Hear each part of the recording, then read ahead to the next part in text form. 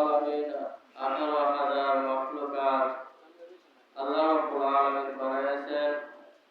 এর ভিতরে মানুষ এবং জিনকে আল্লাহ রাব্বুল আলামিন মানুষকে সর্বশ্রেষ্ঠ মানুষ বলে আল্লাহ রাব্বুল আলামিন আখ্যায়িত করেছেন। সুবহানাল্লাহ। যে আল্লাহ রাব্বুল আলামিন বলেন, যখন আল্লাহ রাব্বুল আলামিন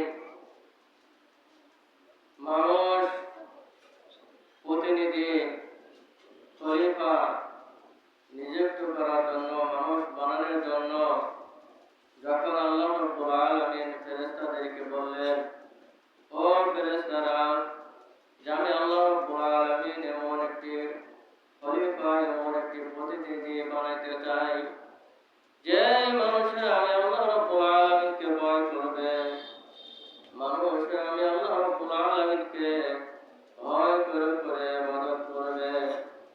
যখন ফেরেশতাদের মাঝে আল্লাহ রাব্বুল আলামিন বললেন, তখন ফেরেশতারা এবং জিনেরা বলেছিল, ইয়া রাব্বুল আলামিন, ইয়া আরহামুল হাকিমিন, যে আমি আল্লাহ রাব্বুল আলামিন, ইয়া আল্লাহ, আমরা কি আপনার ইবাদত করা উপযুক্ত নয়?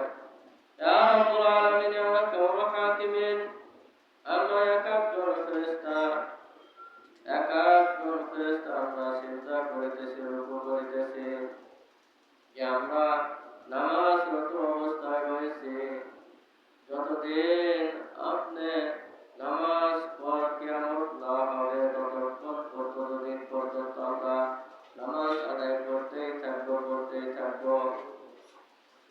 যে যখন কথা আল্লাহ রাব্বুল আলামিনের কাছে ফেরেশতা বলল, আল্লাহ রাব্বুল আলামিন ফেরেশতাদেরকে বলে, ও ফেরেশতারা, আমি আল্লাহ রাব্বুল আলামিন যা জানি তোমরা তা কখনোই জানো না। আমি আল্লাহ রাব্বুল আলামিন তোমাদেরকে সৃষ্টি করেছি, তোমাদেরকে বানিয়েছি, যে উদ্দেশ্য আমি আল্লাহ রাব্বুল আলামিন বানিয়েছি সেই উদ্দেশ্য তোমরা সেইভাবে তোমরা চলতে থাকবে, ফিরতে থাকবে।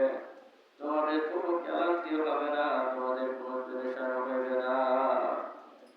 আমি আল্লাহ রাব্বুল আলামিন ইসরাফিল আলাইহিস সালামকে সিংহা নিয়ে দাঁড়ানোর কথা বলা হয়েছে। সে সিংহাটা মুখের কাছে নিয়ে দুই হাত ধরেছে, দাঁড়িয়ে আছে। সে দাঁড়ায় থাকবে, তার কখনো ক্লান্তি হবে না। আমি আল্লাহ রাব্বুল আলামিন ফেরেশতাদেরকে কোনো ক্লান্তি আমি দেই নাই, কোনো অনীহা ভাব যে প্রকাশ করবে সেই ভাবটা আমি আল্লাহ রাব্বুল আলামিন ও ফেরেশতারা তোমাদের ভিতরে আমি দেই নাই। আর আমি আল্লাহ রাব্বুল আলামিন এমন মানুষ আমি দান করব, সেই মানুষেরও তাদেরকেও ওই ক্লান্তি আসবে, অনীহা ভাব আসবে, একটু বিশ্রামের প্রয়োজন হবে, কাজ কর্ম করার প্রয়োজন তারা পাবে। তাদের চাহিদা আর তোমাদের চাহিদা অনেক পার্থক্য রয়েছে।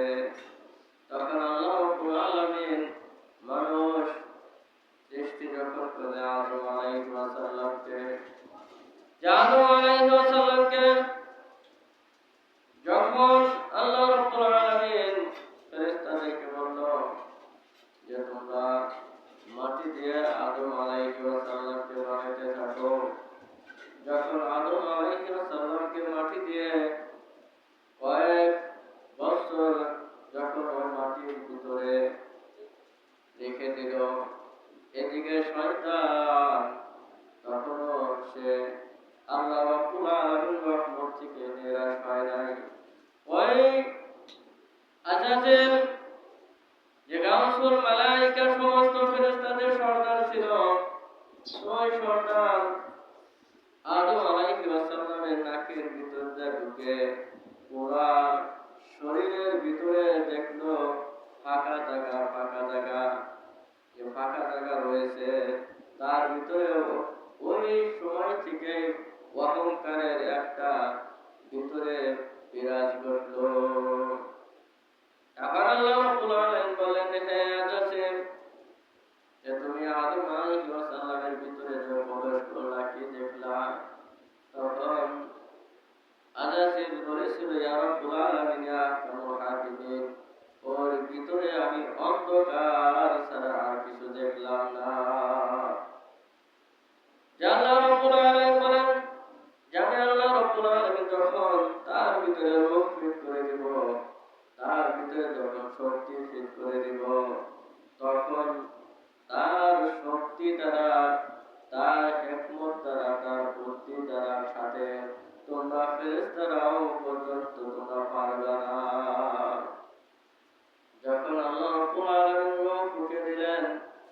যে কোরআনের ভাষ্য অনুযায়ী যখন রূহ ফুঁকে দিলেন, রূহ দিয়ে দিলেন, তখন তখন আদম আলাইহিস সালাম মুখ দিয়ে অটোমেটিক ভাবে কথা বের হতে থাকে।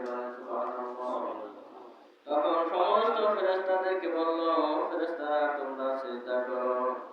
তখন সমস্ত ফেরেশতারা সিজদা করলো। আজাজিল সিজদা করলো না। তখন সমস্ত ফেরেশতাদেরকে বলা হলো, যাও আদম আলাইহিস সালামের সাথে তোমরা কথা বলতে থাকো। যে কোরআনের ভাষ্য অনুযায়ী আদম আলাইহিস সালামের সাথে যখন কথা বলতেছিল, কথা বলতে বলতে এমন কথা আদম আলাইহিস সালাম বলে, ফেরেশতারা বলে, ইয়া রাব্বুল আলামিন ইয়া আরহামুর হাকিমিন।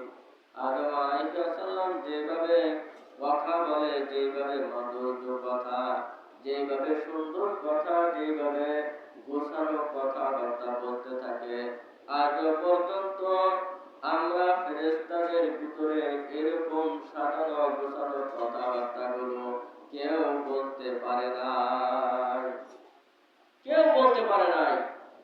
তখন আল্লাহ রাব্বুল আলামিন বললেন যে আমি আল্লাহ রাব্বুল আলামিন তোমাদেরকে বানাইছি নূর দিয়ে, কিন্তু আমি আদম আলাইহিস সালামকে 5টি জিনিস দিয়ে আমি আল্লাহ রাব্বুল আলামিন সৃষ্টি করেছি। বলেন সুবহানাল্লাহ। যে 5টি জিনিস দিয়ে আমি আল্লাহ রাব্বুল আলামিন আদম আলাইহিস সালামকে সৃষ্টি করেছি। অনেক লম্বা